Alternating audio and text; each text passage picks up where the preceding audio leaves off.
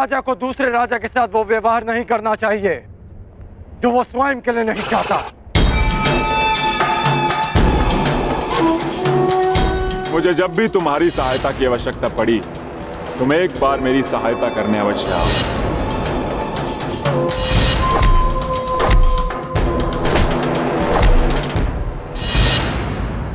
क्या कहकर पुकारूं तुम्हें?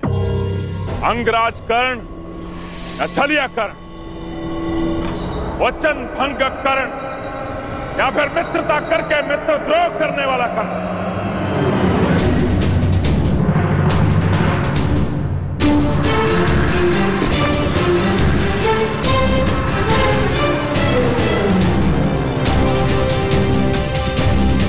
न्याय का योद्धा परशुराम शिष्य राधे कर्ण पुकार सकते हो,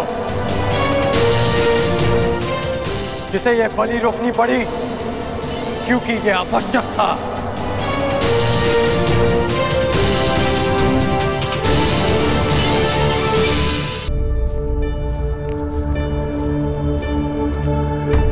क्या आवश्यक है वासुदेव?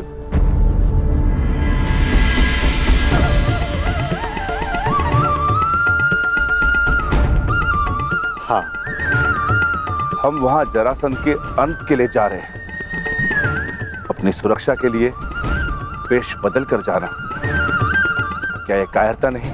नहीं भीम, हमने ये वेश उन सैनिकों के प्राणों की रक्षा के लिए धारण किया है जो हमें पहचान कर हम पर आक्रमण करेंगे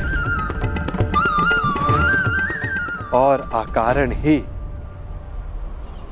बाहुबली भीम के हाथों मारे जाएंगे।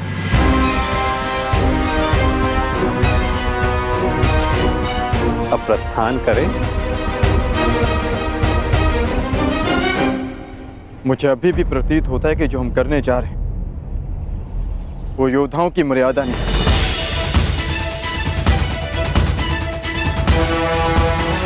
आप आज्ञा दीजिए, मैं अपने ही वेश में एक ही क्षण में मगध के द्वार ध्वंस कर दूंगा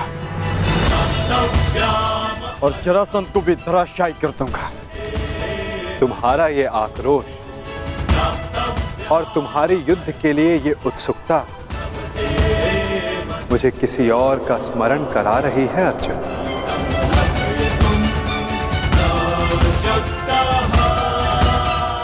इसका माधव है तुम जैसा, परंतु तुमसे पूर्णता भिन्न। जीवन के कर्म में भी और कर्म के परिणाम में भी।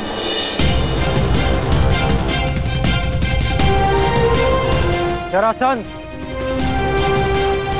मैं मित्र दुर्योधन की ओर से तुम्हें सावधान करने आया हूं। शीघ्र ही तुम पर आक्रमण होने वाला है, इसलिए अपनी सुरक्षा का प्रबंध करो और हस्तिनापुर से संधि भी। और इस मित्रता का मोल क्या होगा?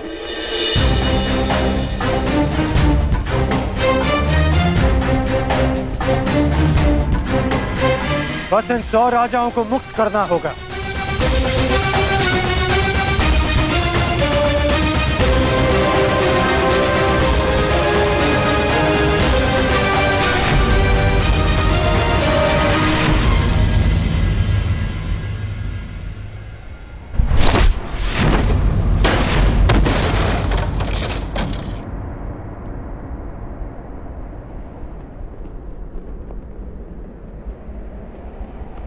जरासंध तुम जैसे छल करने वालों से संधि नहीं करता, उनका अंग विच्छेद करता है।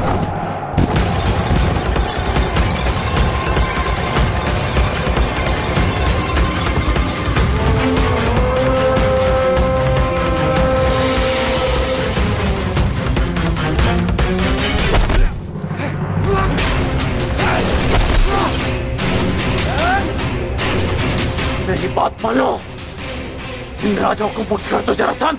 और राजा की नहीं, एक तो एक राजाओं की बलि चढ़ेगी कर्ण।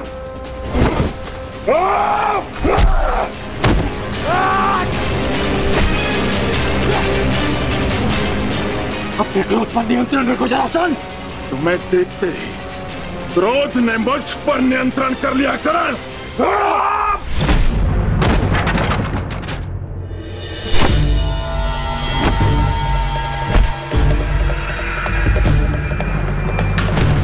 रुक जाओ जरासंध, मैं तुम्हें सावधान कर रहा हूं। रुक तो तुम गए थे करण, सहायता तो तुम मेरी करने आए थे, किंतु हाथ मिला बैठे उस छलिया कृष्ण से।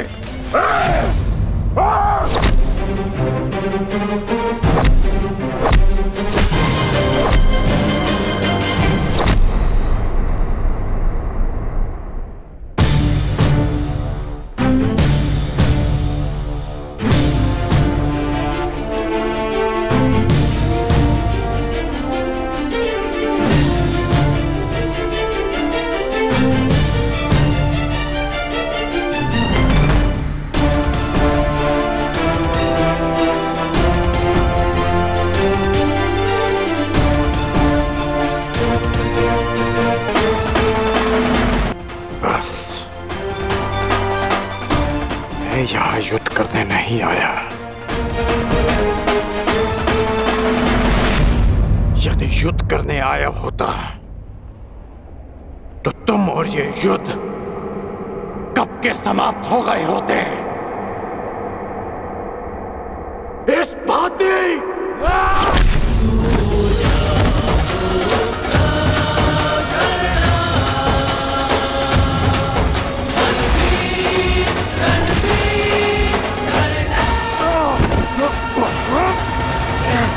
ना वचन भंग किया और ना छल किया।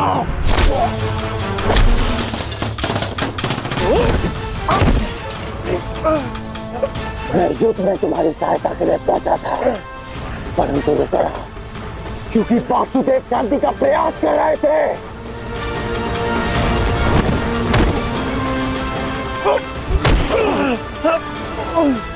तुमने एक निर्दोष की हत्या की, इसलिए मैंने युद्ध में सम्मिलित न होने का निर्णय लिया।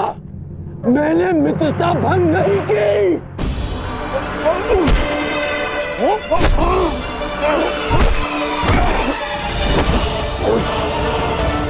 मेरे शत्रु के साथ खड़े रहने वाला मेरा मित्र नहीं।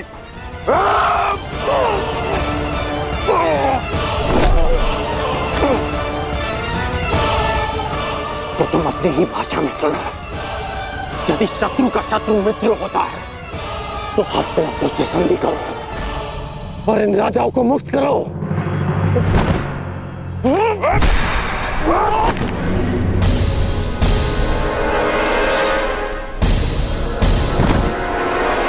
आज तुम वासुदेव के विरुद्ध हो। नहीं, मैं वासुदेव के विरुद्ध नहीं, परंतु अपने मित्र दुर्योधन के साथ हूं, जो वासुदेव के विरुद्ध है। अब मेरी बात ध्यान से सुनो। तुम पे शीघ्र ही आक्रमण होने वाला है, इसलिए हस्तिनापुर से संधि करके दुर्योधन से मित्रता स्वीकार करो। कृष्ण का विरोध करने वाले के लिए 100 राजा क्या, मैं सहस्त्र राजाओं को छोड़ सकता हूं। मुझे तुम्हारी संधि स्वीकार है। अब ये सभी राजा मुक्त हैं।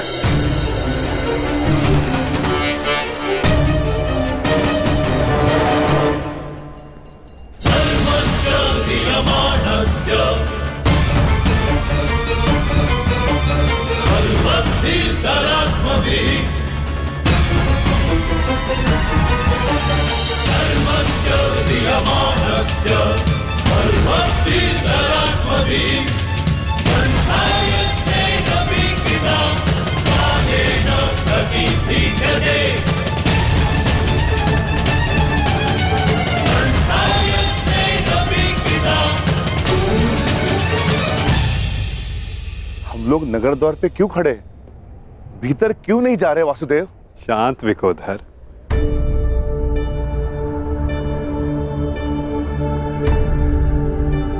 अंदर जाने से पूर्व तनिक मगध नरेश के लिए कुछ भेंट तो ले ले। आओ, उनके लिए चलकर पुष्प ले ले। चलो।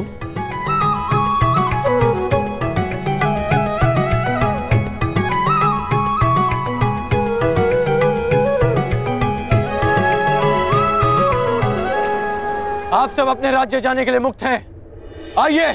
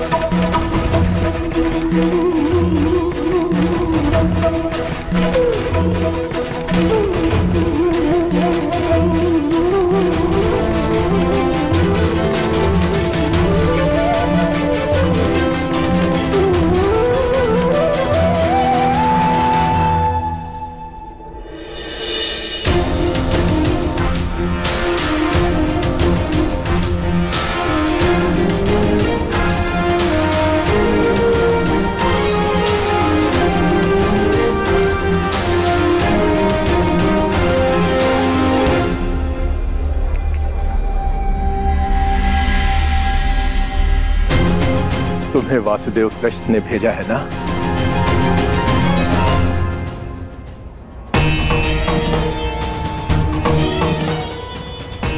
नहीं भद्र।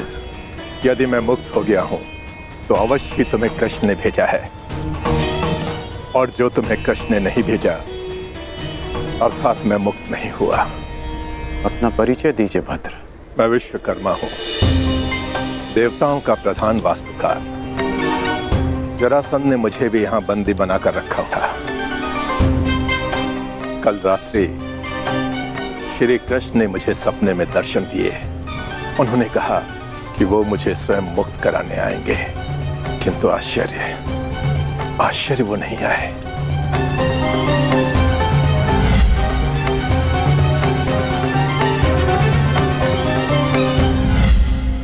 वो आ चुके हैं।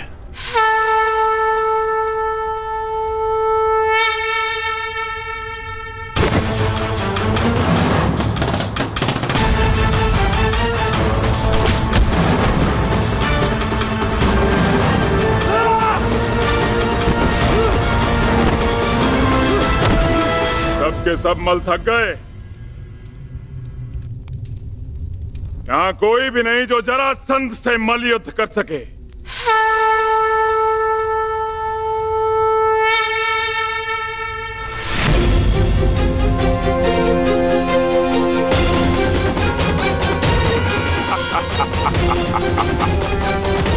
लो, अब ये ब्राह्मण मुझसे मल युद्ध करने आए हैं।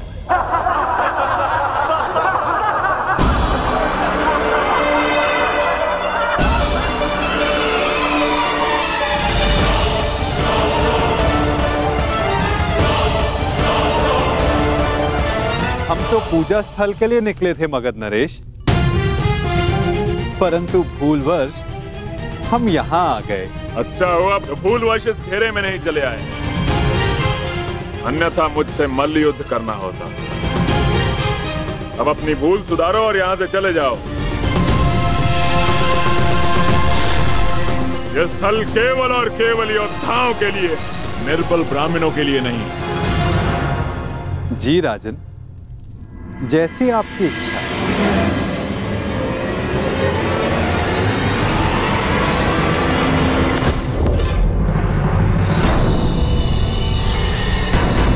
ये युद्धकांक्षी है।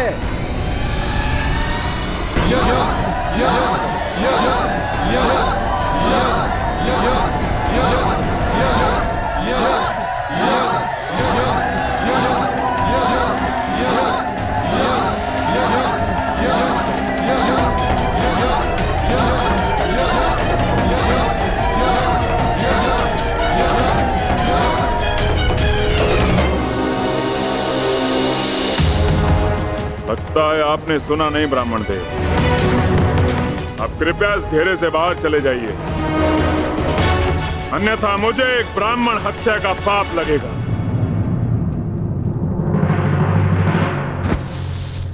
कुछ क्षण पहले आपने सभी को चुनौती दी थी मगध नरेश, तो समझो वो चुनौती मैंने स्वीकार कर ली।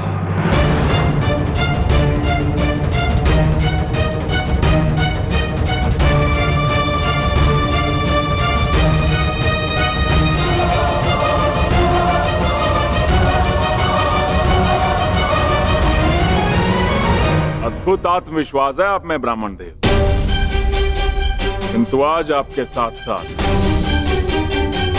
आपका ये आत्मविश्वास भी टूट जाएगा।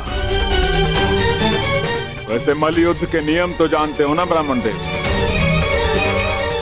हाँ, जब तक एक योद्धा पराजय स्वीकार ना कर ले, युद्ध होता रहेगा।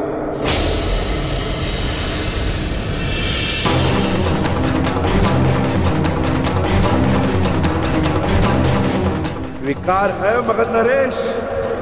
स्वीकार।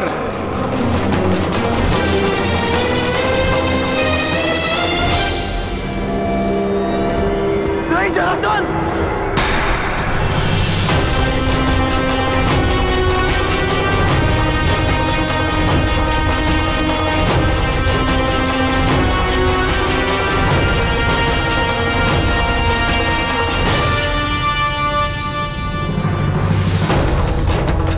ये चुनौती स्वीकार मत करना।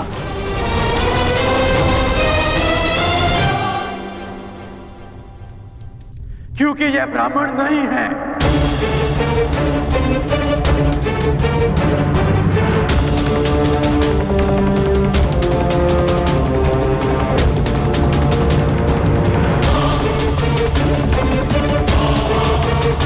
तो फिर कौन है ये?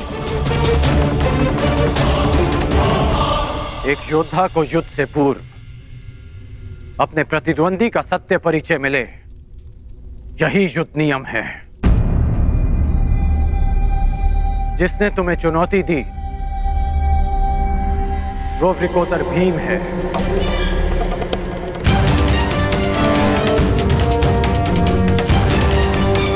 ये धनुर्धारी अर्जुन है।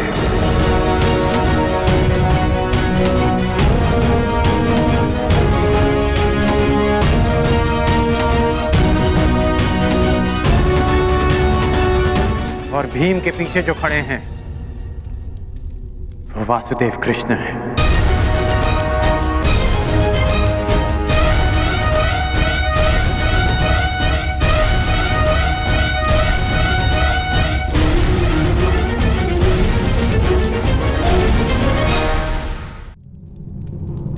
अब सत्य जानने के पश्चात तुम ये चुनौती अस्वीकार कर सकते हो। सत्य कहा अंगराज ने मगध नरेश। अब निर्णय आपका है।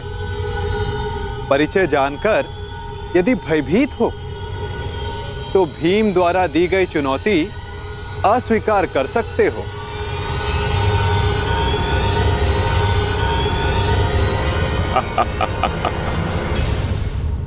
मैं तुम्हारी भांति रणछोड़ नहीं हूं वासुदेव।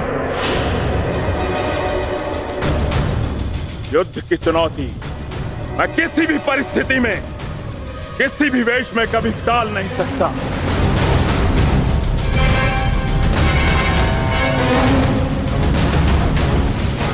मैं इस चुनौती का अंत करूंगा और सबसे पहले मैं इस वृकोदर का उदर फाड़ूंगा और उसके पश्चात मैं तुम्हारा नाश करूंगा। बस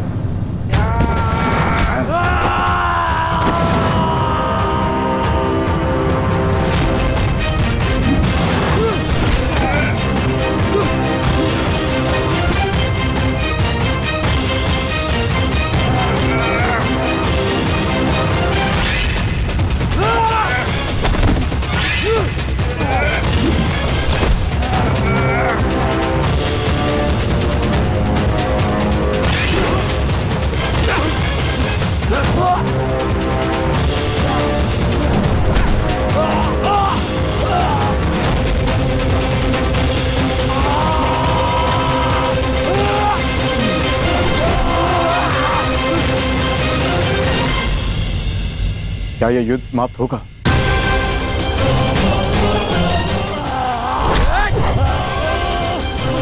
जिसका प्रारंभ हुआ है उसका अंत भी निश्चित होता है पार्थ।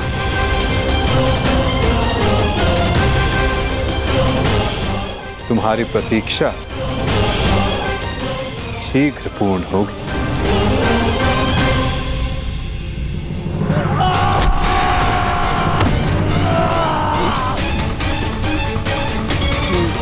उठो जरासंध, युद्ध करो, उठो।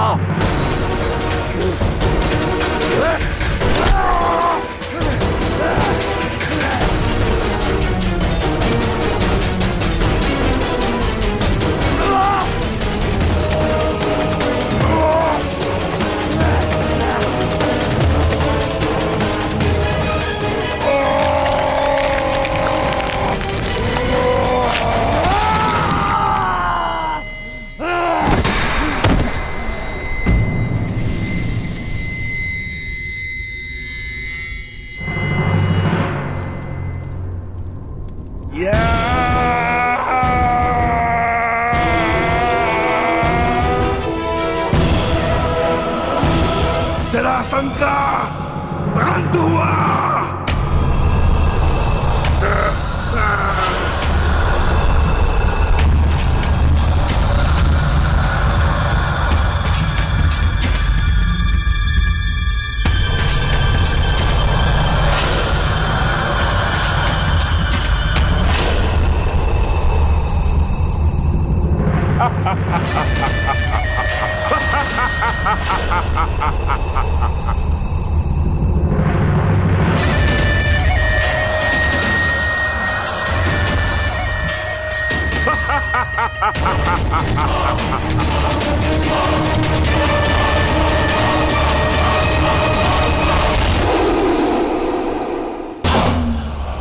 मुझे चुनौती देने से पूर्व मेरे जन्म की कथा तो जान लेते। माता के गर्भ से 2 पिंडों में जन्मा मैं, मृत, और मेरे शरीर को वन में फेंक दिया गया। वहां जरा नामक राक्षसनी ने उन पिंडों की संधि करके जोड़ा और मेरा नामकरण हुआ जरासंध।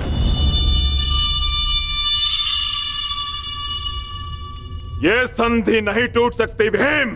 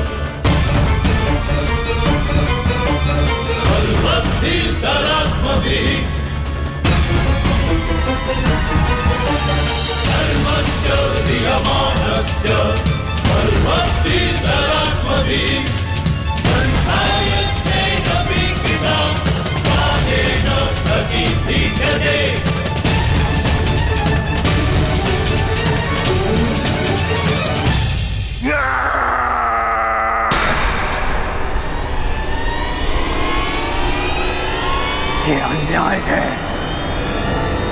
ये छल है।